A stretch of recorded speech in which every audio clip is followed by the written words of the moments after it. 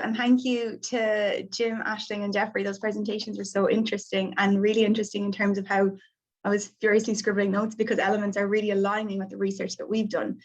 So my name is Sarah Edmonds. I'm head of grants and programs at the Irish Youth Foundation.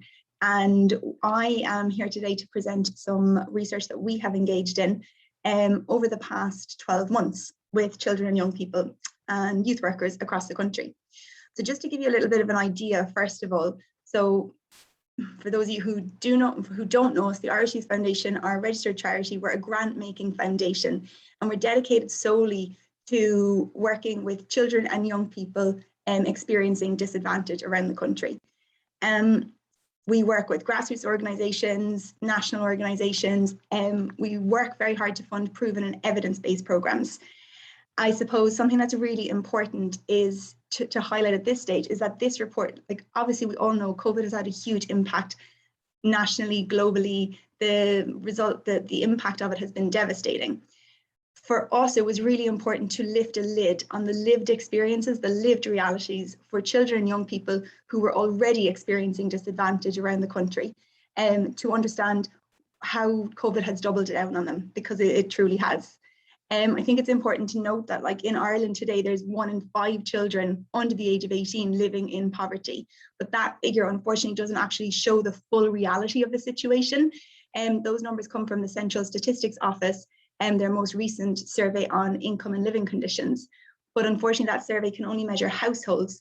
It doesn't take into account young people, children and young people who are homeless, living in hostels, homeless hubs, or those living in direct provision. So we can only estimate that number far exceeds the 200,000 that we've been given at the moment. We conducted this piece of research to align with our 3 key focus areas for change. And those are education, skills and employability, and health and well-being. The reason we have these focus areas for change is because back in late 2018, early 2019, we were revisiting our whole strategy and our mission as an organisation. And we wanted to make sure that we had a full picture as to what it means to be a young person in Ireland today experiencing disadvantage. And these are the 3 key areas that we landed on that came out of the research that have the power, I suppose, to lift children and young people up and out of poverty. I want, if it's okay, to take a moment. I want to hopefully play you a quick video which will give you an idea of the types of young people and the challenges, the day-to-day material challenges that they are facing. So this is 2 minutes and it'll give you a much more real sense than I can give you of the situation for so many of them.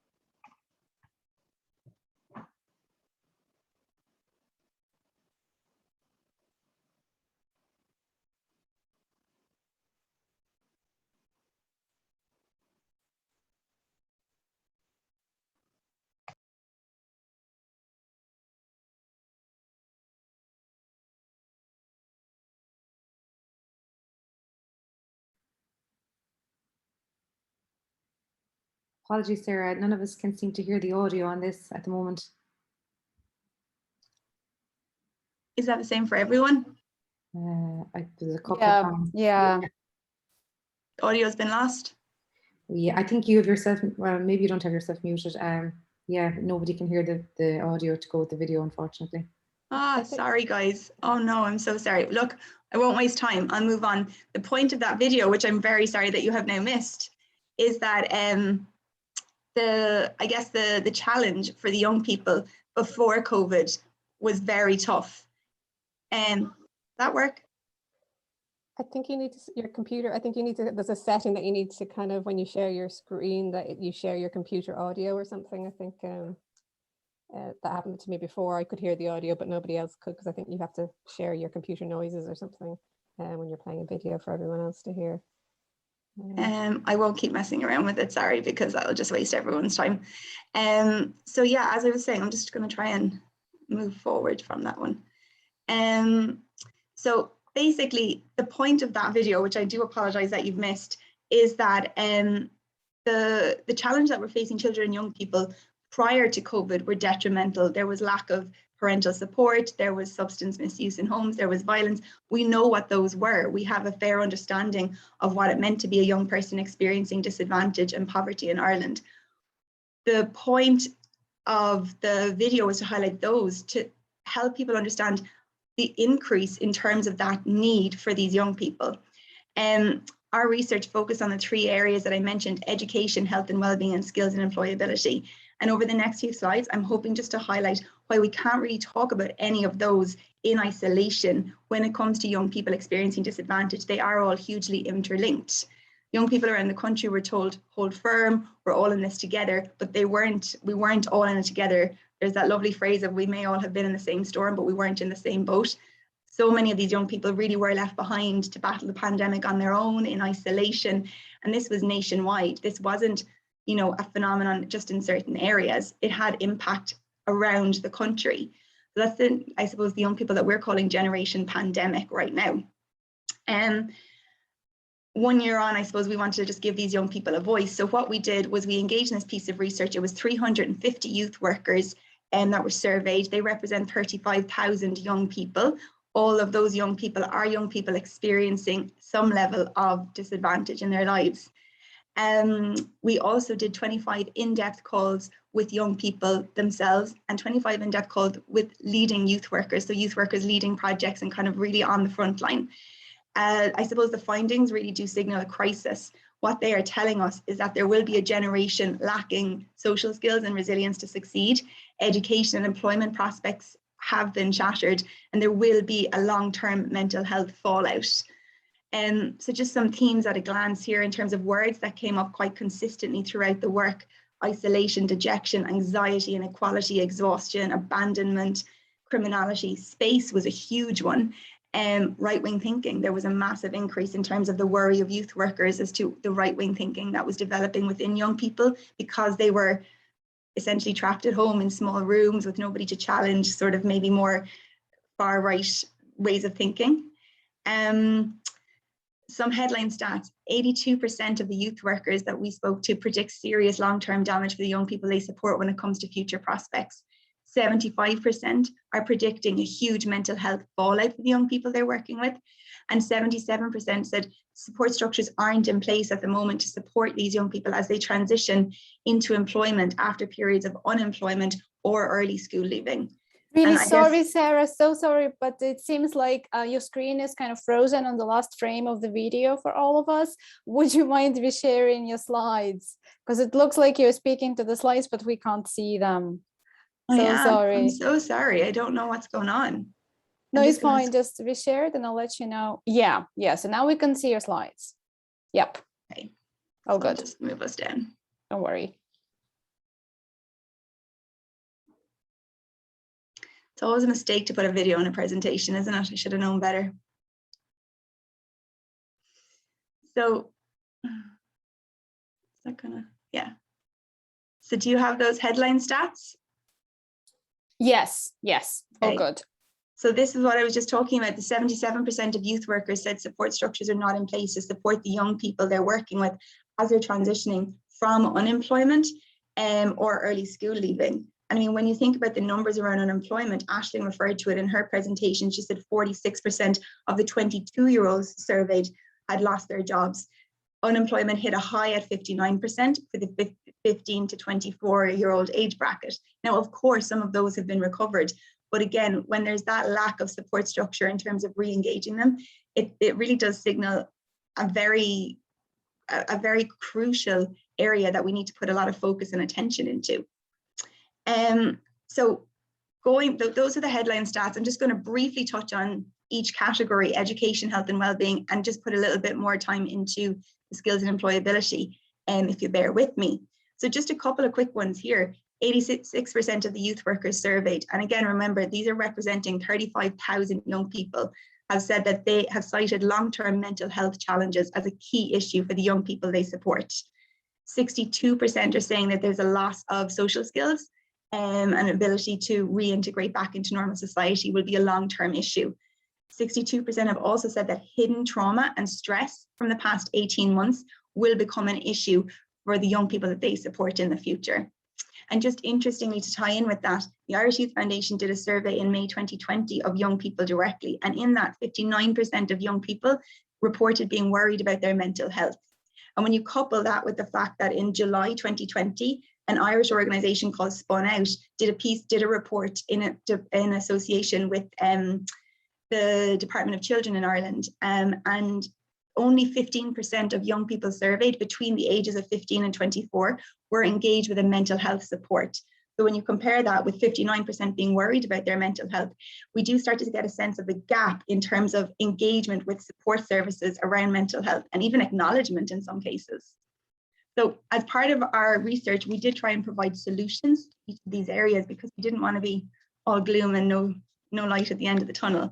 So just very quickly, a couple of really key areas is that we urgently need to fund more evidence-based mental health intervention and support programs. Not everybody's going to be able to afford one-to-one counselling, but if we start to teach young people about what does it mean to experience anxiety, what is anxiety, and what are some key coping skills, we can make a very big difference quite quickly. And we also really need to invest in safe spaces, both for the young people to come together with their youth workers in order to reintegrate back into society and rebuild relationships, but also for young people to come together themselves. Their own spaces where they used to hang out, where they used to come together and start to form a sense of identity, were taken from them during the pandemic. That's going to be crucial to start to develop those spaces again for them. So education, I mean, Jeffrey obviously spoke to this in a really lovely, well, in a very devastating but very powerful way in terms of the massive crisis. And education is a child's passport to a thriving future. Currently, 70% of youth workers are predicting a loss of morale and long-term aspirations from young people to progress at all with their education. 60% of young people are saying that they're angry with the lack of engagement from the school and feel the system has let them down. And just a little further insight here, prior to COVID, 1 in 10 children was not making the transition from primary school to secondary school every year. And anecdotal evidence is suggesting this could climb as high as 3 in 10 over the coming year. And the frightening part that's coming back to us from the youth workers is they're saying we won't know how bad it is until we see who doesn't come back to school in this September. We also know that 4,500 young people stop attending school each year before their junior certificate, which is the age of 15 in Ireland. And that's twice as many from DEIS as non-DEIS schools.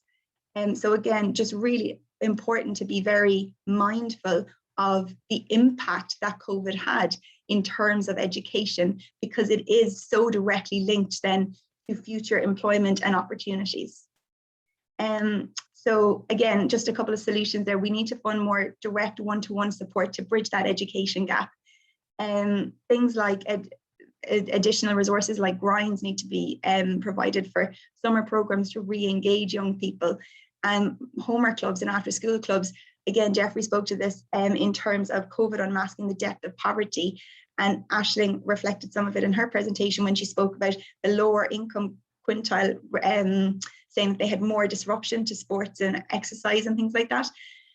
I don't know, but I think it would be interesting to dig a little deeper in that, because quite often in these lower income communities, the local homework club, the local sports hall is the place where they're going to create a safe space themselves, but also to develop those social skills and just healthy exercise and healthy eating. The absence of those was detrimental and is still having a very knock-on effect. So skills and employability then, like I mentioned earlier, there's a huge deficit in terms of employment opportunities at the moment. 18% of all 18 to 24s in Ireland currently are NEET, which means they're not in education, employment, or training. There is nothing that they are doing right now in terms of furthering their future prospects. 1/3 of those are early school leavers. So you can see why it's difficult to discuss employment without discussing education. 79% of the youth workers are saying that there will be a significant decrease in employment opportunities for the young people they support as society begins to reopen. And it's important, just in terms of additional context here, to be mindful of the fact that young NEETs, so young people who are not in education, employment, or training, are 4 times more likely to have mental health issues. And 42% of NEETs come from jobless households. So again, going back to that intergenerational piece in terms of lack of education and unemployment. And just a point of reference, it took almost 7 years to get employment back from 16% down to 10% after the last recession. So again, there's a lot of, 7 years is a long time in the lifespan of a 15 to 24-year-old in terms of us regaining traction and rebuilding here. So I suppose some of the things that are coming to us from the youth workers, we're facing a tsunami, the likes of which we've never seen before. Local development companies like ours will struggle to cope with the levels of youth unemployment. We need an access program to catch the kids that have dropped out of school. DIT have an access apprenticeship program, but now they can only take half the numbers they usually take due to COVID. I should state that I don't know if that's still 100% accurate. That was 2 months ago when I had that quote. So I don't want to wrong DIT if they've adjusted. For the young people, work-wise, trying to find work was really hard. I was trying to find an apprenticeship for a while, but lots of places were just not hiring because of COVID, so I just wasn't working. The uncertainty is so challenging, lots of issues with isolation. Young people had jobs, they were making their own way, then these opportunities were taken from them. Again, in terms of solutions, we need to fund programs that are actively re-engaging and retraining these young people. It's really important as well to invest in sustainable programs where we know there'll be jobs in the future. The green agenda is like a huge focus area. All the European funding coming down the line will be aligned to this. So we're going to need skilled people to build wind turbines, to plant trees, to install insulation in homes. I have had a couple of youth workers talk to me about, if I hear one more thing about barista training, there is nothing wrong with it, but we need to align the young people who are currently lacking in employment and opportunities where funding will come for those for skills in the future. Yeah, and just again, to wrap up, like some of the young people, what they're saying to us, there's social anxiety around people. It's better to look at your phone than sit there and try to talk to someone. Drug addiction is on the increase with my friends. If there's a few drinks happening, then there's definitely drugs as well. I was stuck in the same room with my family all the time and had no privacy. 2 rooms in the entire flat for 5 of us. So I think it's important to note that these solutions have come from the youth workers. They have come from the people on the ground, on the front line, working directly with these young people.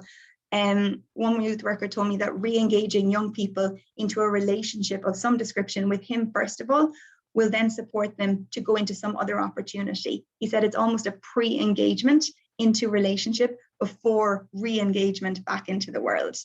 And there is a lot that can be done. And we just need to fund them basically to turn the solutions are there, they have created them, and it is now about turning them into a reality. I'll just leave you with that quote from another youth worker that we were lucky enough to work with. The pandemic has doubled down on already vulnerable children and young people. Because of the restrictions, we haven't been able to be there for them in the way they need it. It breaks my heart. It's going to take a massive effort and extra resources to save this generation. That's it.